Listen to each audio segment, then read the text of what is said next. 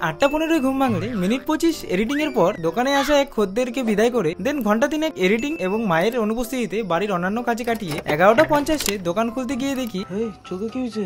চোখে এবং পায়ে মার খাওয়ার চিহ্ন নিয়ে দরজার সামনে শুয়ে আছে কে আবার আমাদের বিরজা মহারাজ। এরপর খানিক সময় দোকান ও বিল্লার সাথে কাটিয়ে 12:12 চা বানিয়ে দেন চা মুড়ি খেয়ে উঠে অলমোস্ট 1:10 পর্যন্ত চলছিল দোকানদারি এবং মেজজোরের সাথে ইয়ার্কি ফাজলাম।